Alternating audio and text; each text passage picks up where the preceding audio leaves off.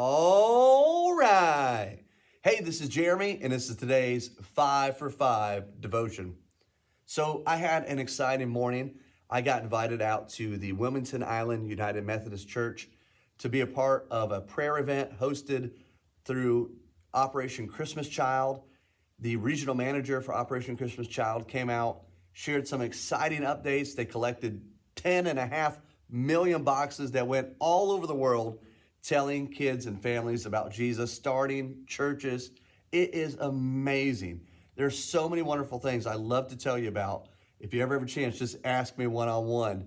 But one of the things that I just thought was astonishing, amazing, was because of all the technology and all the research they can do now, we have identified basically all the unreached people groups in the world, people who have not heard the gospel.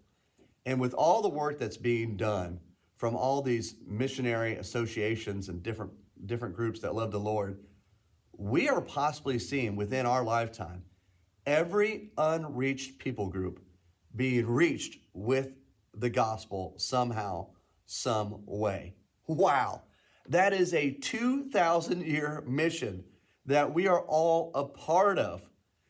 In Acts 1:8, Jesus said they were going to preach the gospel to the ends of the earth. And in Revelations 7:9, we read that every tribe, every tongue, every nation is going to be represented in heaven. That's amazing. And to think that we are this close to seeing that happen. Hey, I want to ask you a question. What role are you playing in this mission? You could be praying about it. You could be serving. You could be getting the word out. What are you doing to be a part of getting the gospel to the ends of the earth? Even right here in our own backyard. Let me tell you how powerful praying about it is. This is a story from a John Ortberg book. And it's a story about a guy named Bob. This guy named Bob, he became a Christian, and he had read in John 14:14, where Jesus told his disciples, if you ask anything in my name, I will give it to you.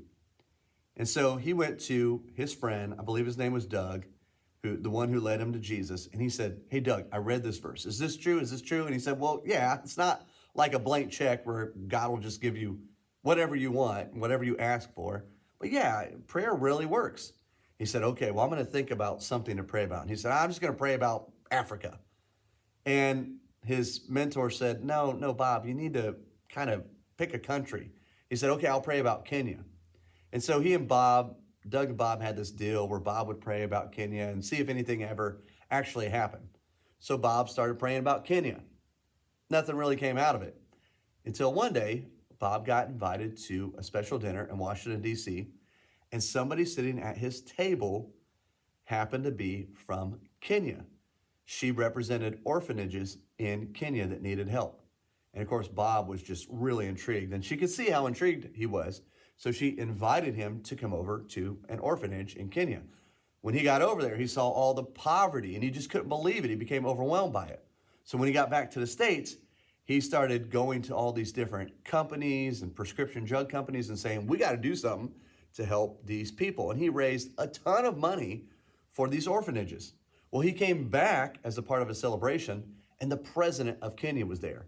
And then the president of Kenya gave Bob a tour around the country. And as they were touring around the country, Bob saw a building. He said, hey, what's up with that building? And the president said, oh, well, that's where we keep political prisoners. And Bob said something along the lines of, well, that's not the right thing to do. That's wrong. Well, a couple months later, Bob gets a phone call from the State Department. They said, hey, Bob, you been in Kenya? Yeah. Did you talk to the president about political prisoners? Yeah. He said, we've been trying for years to get the president of Kenya to release these political prisoners. And some guy named Bob told him it was wrong, and he released them. We just want to say thank you. Wow. All because he decided to pray about one country. Hey, who are you praying for? A country, a neighborhood, a person? Prayer really works, but you can't stop. You got to keep praying and watch what God will do. Be a part of his mission of reaching everyone in this world with the gospel of Jesus. It starts with prayer. I hope you have a great day. See ya.